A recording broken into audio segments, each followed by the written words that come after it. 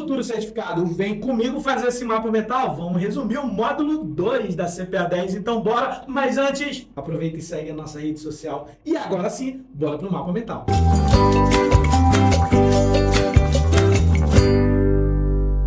Nesse módulo, a gente inicia falando da prevenção à lavagem de dinheiro e financiamento ao terrorismo, ou ainda PLD-FT, né? PLD-FT, é disso que a gente começa falando nesse módulo. E lembra, o crime de lavagem de dinheiro sempre tem ali um crime antecedente que vai levantar o recurso ilícito. Por exemplo, vai ter um assalto, vai ter corrupção, vai ter ali um roubo, algo que vai fazer com que o dinheiro ilícito seja levantado.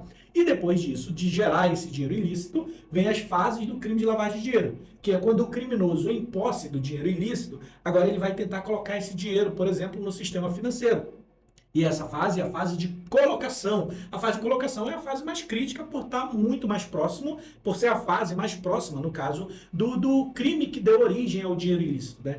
Colocação é fazer, por exemplo, o dinheiro passar por um guichê de caixa, mas não é só isso. Colocação é você transformar o teu dinheiro em espécie criminoso, por exemplo, em um saldo em conta. E você pode fazer isso de diversas formas, comprando obras de arte, comprando joias, comprando metais preciosos, fazendo depósitos, fracionando depósitos, enfim. Colocação, o objetivo é colocar o dinheiro no sistema financeiro, colocar o dinheiro sujo, ilícito, no sistema financeiro. E aí vem a fase de ocultação. A fase de ocultação é quando o criminoso ele tenta dificultar o rastreamento desse dinheiro. Afinal de contas, depois que o dinheiro entra no sistema financeiro, que se torna ali, por exemplo, um saldo em conta, ele passa a ser rastreável, né? Então, o criminoso vai tentar dificultar, fazendo o máximo de transferência possível para que tenha a dificuldade de rastrear esse recurso. O nome disso é ocultação. E por fim vem a fase de integração. Integração é quando o dinheiro sujo retorna para a economia com uma aparência, ou seja, aparentemente, limpo. Você olha e diz, não, esse dinheiro aí é dinheiro limpo, não tem como dizer, assim, olhando que é um dinheiro proveniente de uma atividade criminosa. Essas são as fases do crime de lavagem de dinheiro, sendo que a colocação, né, é a fase mais próxima. E a integração é a última fase, a fase mais distante do crime que deu origem ao dinheiro ilícito. Aí aqui detalhe, você precisa memorizar as fases? Sim, inclusive na ordem. Por isso eu botei a bandeira do COI, né, do Comitê Olímpico Internacional aqui. Porque lembrando do COI, você lembra das fases na sequência do crime de lavagem de dinheiro. Colocação, ocultação, integração. Colocação, ocultação, integração. Que mais? Quando a pessoa, o criminoso, né, que cometeu esse crime de lavagem de dinheiro, é pego, vai para a justiça, vai ser condenado, qual é a penalidade para essa pessoa? Bem, a penalidade é essa aqui, ó, 3 a 10 anos de prisão, mais multa. 3 a 10 anos de reclusão, mais multa. Ó, não é uma coisa ou outra, tá? São as duas coisas juntas. De 3 a 10 anos de prisão, mais multa. Mas essa pena, ela pode ser ampliada ou diminuída. Ela pode ser aumentada ou majorada em até 2/3, no caso, por exemplo, de organização criminosa. Ou ela pode ser diminuída em até 2/3, no caso, por exemplo, de delação premiada, né, de contribuir com a justiça. Que mais? Quando a gente fala aí de lavagem de dinheiro, a gente tem que lembrar do COAF. O COAF ele é a unidade central na prevenção e no combate à lavagem de dinheiro. Lá no próprio site do COAF, ele se identifica como uma UIF, uma unidade de inteligência financeira. Como eu já disse, a unidade central na prevenção do combate à lavagem de dinheiro. O que o COAF faz aí? Ele recebe as denúncias, ele vai examinar cada uma das denúncias, ele vai identificar cada uma das situações suspeitas daquilo que está sendo denunciado como possível situação de lavagem de dinheiro. Depois disso, o COAF vai produzir relatórios de inteligência e vai destinar a cada um dos órgãos competentes. O COAF em si não manda prender ninguém, mas o COAF ele produz relatórios de inteligência.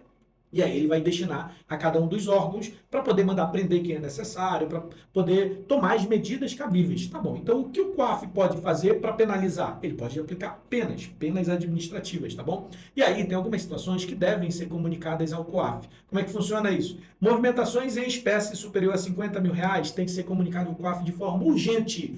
Urgente. Mas tem um prazo máximo para isso? Tem, até no máximo um dia útil. Também, movimentações suspeitas de qualquer valor. É suspeito, por exemplo, está fracionando depósito, isso é suspeito, né? Está fazendo aí depósitos com valores fracionados, né? Está movimentando valores elevados em espécie, não é uma característica dessa pessoa, dessa empresa. Se for uma situação suspeita, independente do valor, comunica o COAF em até D+1, um dia útil, de forma urgente, na verdade. Mas pensa comigo, será que é só o COAF que vai combater o crime de lavagem de dinheiro? Não. Existem algumas empresas que são obrigadas, por lei, a ajudar a combater o crime de lavagem de dinheiro. Que empresas são essas? Primeiro, para ficar fácil memorizar, todas as empresas que atuam no sistema financeiro. Por exemplo, Banco é obrigado, por lei, a ajudar a combater o crime de lavagem de dinheiro. Ainda, cooperativas de crédito, também a prevenir e a combater, né? Corretoras, distribuidoras, seguradoras, todo mundo que atua ali no sistema financeiro, como uma empresa, ela vai precisar ajudar a combater. Quem mais?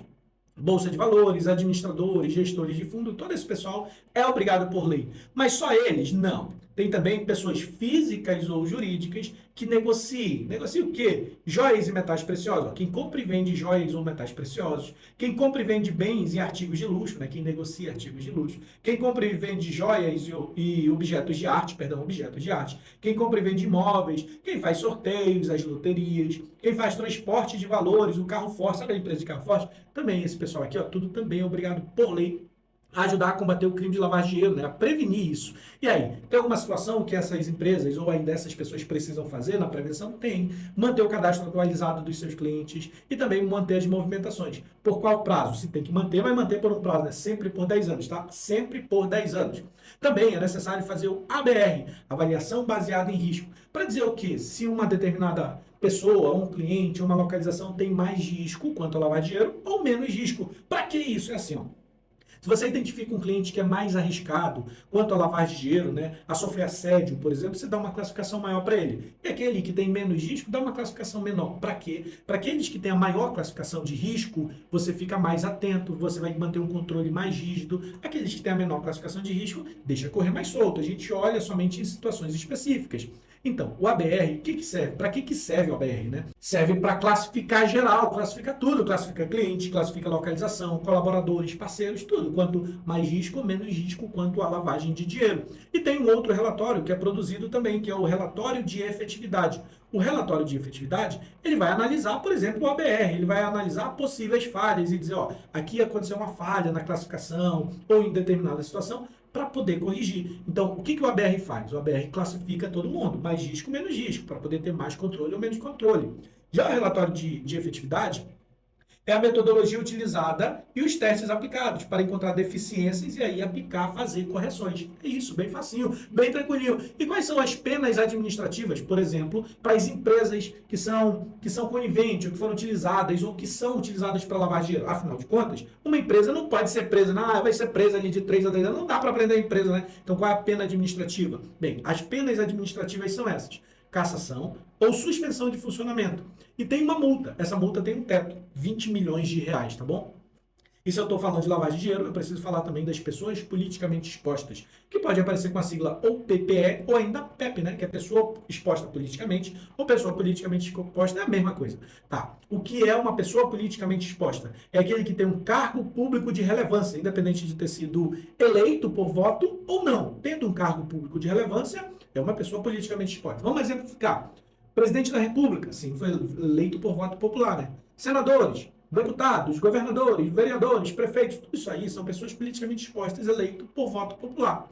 Mas tem aquelas que também têm cargo público de relevância que não foram eleitos por voto popular. Por exemplo, presidente do Bacen, ministros de estados, ministro de tribunais superiores, por exemplo, ministro do TSE, do TRE. Esse pessoal aí não foi eleito por voto, mas tem cargo público de relevância. Então, serão pessoas politicamente expostas. Só que isso aqui, essa classificação de PEP ou de PPE, não é só para a pessoa que tem um cargo público. Vai ser estendido para os seus parentes diretos também, como pai, mãe, irmãos, né? Filho, enteado, enteada, não só o filho direto, tá? Os enteados também, esposa, o cônjuge, o marido, né? O cônjuge também vai ter essa classificação. E essa classificação, ela permanece por 5 anos após o término do mandato. Como é assim, meu pai? Imagina que alguém saiu aí do cargo público de relevância, deixou o cargo público de relevância em 2025, tá? Dezembro de 2025. No momento em que deixou o cargo público de relevância, já deixou de ter essa classificação? Não. Ela vai ser estendida por mais 5 anos. Então vai passar 2026, 27, 28, 29, 30. E somente depois desse período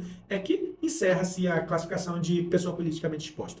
Vamos falar de outros crimes contra o sistema financeiro? Vamos falar, por exemplo, do insider trader, né? E do front running. Tanto insider trader quanto front running são crimes ali de informação. Como é que funciona? Insider trader é a pessoa que, em função do seu cargo, em função da sua atividade, ela detém uma informação privilegiada, e aí, em razão do seu cargo, né? E utiliza essa informação para benefício próprio ou de terceiros. Quando a pessoa tem uma informação que não é pública, é privada ainda não foi divulgada, mas ela utiliza essa informação para benefício próprio ou de terceiros, é insider trader. Esse é o insider trader primário.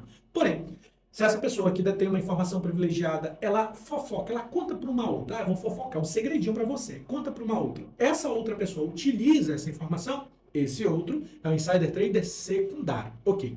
A gente fala aqui também de front running. Front running é como alterar a sequência da fila por causa de uma situação relevante, importante. Imagina que alguém altera a sequência de ordens que foram enviadas para a bolsa, porque fazendo essa alteração da ordem vai ter benefício. Bem, isso é o front running. Front running é quando, por exemplo, você encaminha uma ordem de um valor expressivo, lógico, só vai ser front running se for uma ordem de valor expressivo. Você encaminha uma ordem de valor expressivo para a bolsa de valores.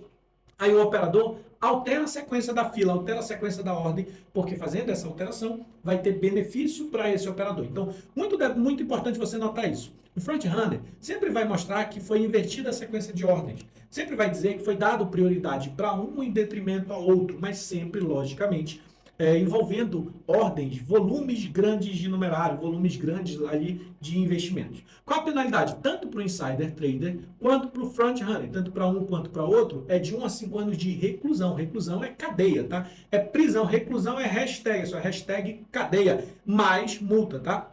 Algumas pessoas confundem, dizem, não, o insider trader tem uma penalidade, o front runner tem outra. Não, não é. Tá? As leis que tratam do crime de informação, elas incluem tanto insider trader e front running, e sempre é colocado reclusão de 1 a 5 anos, mais multa para os dois casos, para os crimes de informação. Então, guarda essa informação que ela é importante. Tem outras situações? Sim, temos também manipulação de preços ou manipulação de mercado, que é quando alguém atua de forma direta ou indireta para movimentar artificialmente o valor de um ativo, o preço de um valor imobiliário, tá? Seja para aumentar esse valor, para diminuir ou ainda para que se mantenha, mas tudo isso de forma artificial. E aí existem as especificações, né? Por exemplo, spoof é quando se utiliza uma ordem falsa, seja uma ordem de compra ou uma ordem de venda, para movimentar artificialmente os preços. Layering. Layering é uma palavra em inglês que significa camadas, né? Camadas. O layering são múltiplas camadas, várias ordens falsas, seja de compra ou de venda, para movimentar artificialmente o preço de um ativo. Quando eu falo movimentar, mais uma vez, pode ser para elevar, para diminuir ou para manter artificialmente o preço de um valor imobiliário.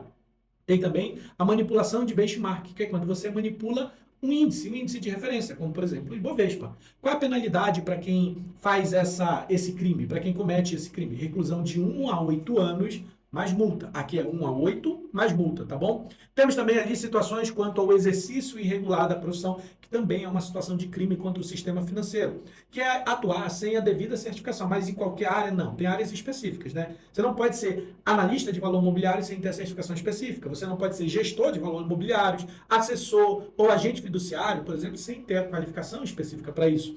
A penalidade aqui é detenção de 6 meses a 2 anos. Detenção não é cadeia. Detenção é o regime semiaberto ali, mas independente da situação, você não vai querer ter isso no seu currículo, né? Detenção de 6 meses a 2 anos. Beleza. Isso aqui é interessante porque é o seguinte, imagina se você fosse num consultório médico e o médico dissesse assim, ó, eu estou te consultando aqui de tanto que eu aprendi com Grey's Anatomy, eu sou formado em Grey's Anatomy. Aí você diz, então, o seu diploma de medicina vem de assistir a série, é isso? Bem, você ia querer se consultar com essa pessoa? Não, logicamente que não, né? Ou ainda você diz, eu preciso de um advogado. Aí aparece um e diz, eu sou um bom advogado porque eu assisti muito Suits, né? Aprendi ali com Harvard, Spencer. E tu diz, peraí, então tu não tem a carteirinha da OAB, tu não é formado em direito? Não, sou não, simplesmente assisti muito. Opa, em algumas situações você corre um risco muito elevado se tiver um profissional que não é capacitado para lhe direcionar, não é não? A mesma coisa nesses casos. Se você, por exemplo, atua como analista, como gestor, assessor, agente fiduciário. Se você for atuar numa dessas situações, mesmo que seja de forma voluntária, você tem que ter a certificação, a qualificação para isso, tá bom? Se não, detenção de 6 meses a 2 anos. O que mais? Tem também a omissão imprópria. Omissão imprópria, a penalidade vai ser igual a do crime encoberto. Mas como é a omissão imprópria? A omissão imprópria é assim. Ao agente de mercado, que é aquele que atua no sistema financeiro, né, como um profissional, se ele está vendo algo acontecer, mas diz, não vai dar em nada, vou me isentar disso, só você isentão nessa situação. Então, se um agente de mercado está vendo a situação acontecer e ele não informa as autoridades competentes e for comprovado que houve uma omissão imprópria, nesse caso, a penalidade para ele vai ser a mesma, né? Incorre a essa pessoa a mesma penalidade do crime que foi encoberto. Que ele disse, não vai dar em nada, deixa passar. Bem, omissão imprópria, penalidade a mesma do crime encoberto, né? No caso. Ok, a gente fala aqui também de ASG ou ISG, né? Que é o Ambiental, Social e Governança. E aqui a gente lembra dos relatórios, o PR-SAC, que são os procedimentos, e o GR-SAC, que é tanto a gestão quanto a divulgação de informações quanto ao ASG, né? Na verdade, quanto ao social, ambiental e climático. Ok, vamos ver o que mais a gente fala nesse módulo? No módulo 2 do CPA10, a gente fala também do API, que é o formulário de entrevista utilizado para definir o perfil do investidor. Para que serve isso? Porque depois que você define o perfil do investidor, você vai fazer oferta de produtos de investimento adequadas ao perfil. Isso nós chamamos de suitability, né? Adequação. Então, a API ele serve para traçar um perfil. Depois que traço o perfil, sei se é moderado, sei se é conservador, arrojado, aí eu posso fazer indicação para essa pessoa de acordo com o seu perfil. Inclusive, a gente faz uma brincadeirinha que é assim, API, você lembra de agora pode indicar. Porque o profissional só pode fazer indicação de produtos de investimento depois que o cliente, que o investidor, fez o API. Então, agora, depois do API feito, é que você pode indicar, logicamente, fazendo suitability, a adequação. A API, como eu já disse, tem ali um formulário de entrevista e tem ali alguns itens, alguns pilares que são chaves para o API. Objetivo do investidor, conhecimento de mercado e situação financeira. Esses são os 3 pilares do API, tá bom? E ele deve ser atualizado no máximo em 24 meses. Ainda nesse módulo a gente fala de finanças pessoais, né? E lembra ali do orçamento pessoal, balanço patrimonial, índice de endividamento e capacidade de poupança, que é aquela pessoa que tem a capacidade de fazer investimentos, tá bom? Não significa que a pessoa vai nem colocar dinheiro na poupança, a capacidade de poupança tem nada a ver com botar dinheiro em poupança, e nem que a pessoa vai fazer investimento. Simplesmente é a pessoa que tem a capacidade para investir, capacidade de poupança é isso. E para completar, a gente fala de venda casada, muito importante isso aqui. Quando a gente está falando de venda casada, é condicionar, enganar, é forçar o cliente a adquirir um produto casado com outro, tá? Vou condicionar. Se você quer fazer um empréstimo, tá bom, eu faço se você adquirir esse produto. Ó, eu estou condicionando um produto a outro, ou ainda eu estou enganando o cliente. Não, tem que fazer esse para poder levar aquele. Estou enganando o cliente, ou então vou forçar. Se você não fizer, eu não faço outro. Se você não adquirir esse produto que eu quero, eu não lhe dou aquele que você veio pedir. Isso é venda casada, tá bom? Lembra dessas palavrinhas aqui. Mas não confundir venda casada com venda cruzada. Venda cruzada é oferecer vantagens, promoções. Por exemplo, se você adquirir, não só esse que você quer, mas um outro, eu posso diminuir a taxa, eu posso fazer uma promoção, dar condições especiais. Isso aqui é venda cruzada e isso não é ilegal. Maravilha! Concluímos assim o Mapa Mental CPA10, módulo 2. E mais uma vez, segue as nossas redes sociais. Te vejo na próxima.